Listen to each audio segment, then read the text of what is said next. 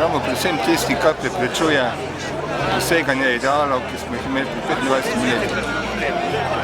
To pa je štenje, narodna zavest, vsega tega je zmanjkalo ob vseh pojavih, ki se kažejo vsakodnevno, kraja, premoženja.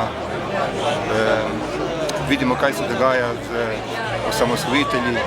Praktično vse vrednote se želi na nek način potisniti v ozadje in se pravzaprav vračamo v čas pred osamosvojitvijo v nekaterih pomembnih zadevah.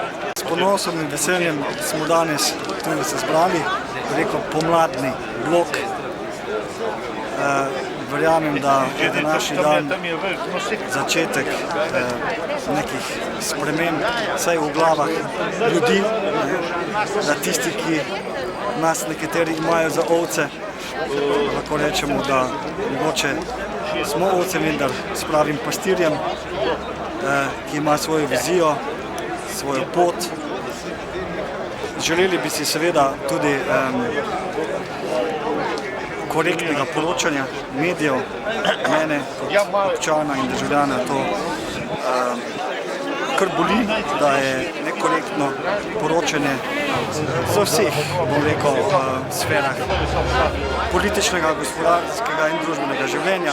In jaz verjamem, da to s skupnimi močmi dosežemo. Notranji sovražniki. Tisti, ki so bili proti samostojni Sloveniji, ki so za Jugoslavijo, še zdaj proti Sloveniji, samo delajo v okrilju za Slovenijo. Lažejo sami sebi in družbi.